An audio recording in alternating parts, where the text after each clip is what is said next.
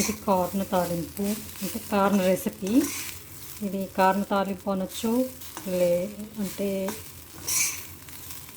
Corn upma అనొచ్చు, corn తాలింపు అనొచ్చు. మీ ఇష్టం, మీరు ఏది ఎలా యూజ్ చేసుకుంటే అలా. దీన్ని ఉప్మాకు పోపు వేసినట్టుగా వేసి అందులో కార్న్ వేసాను.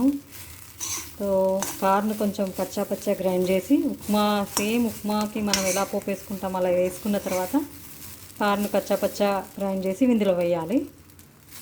అంతే. ట్రాన్స్పరెంట్ అయ్యే వరకు, బాగా మగ్గింది అనేంత వరకు ఇలా కలుపుతూ మగ్గించుకోవాలి. ఇది చపాతీలకు తింటే కార్న్ తాలింపు, ఉట్టిగా తింటే corn upma. So you can try this.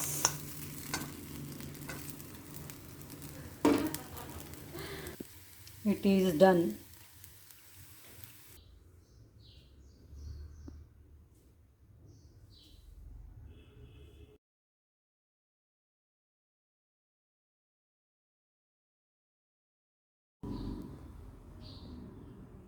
ఉడకబెట్టిన పల్లీలు,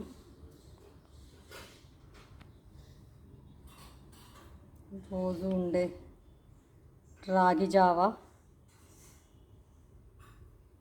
విత్ పల్లి అండ్ అవిసె పొడి, కార్న్ ఉప్మా. ఇది ఈరోజు బ్రేక్ఫాస్ట్.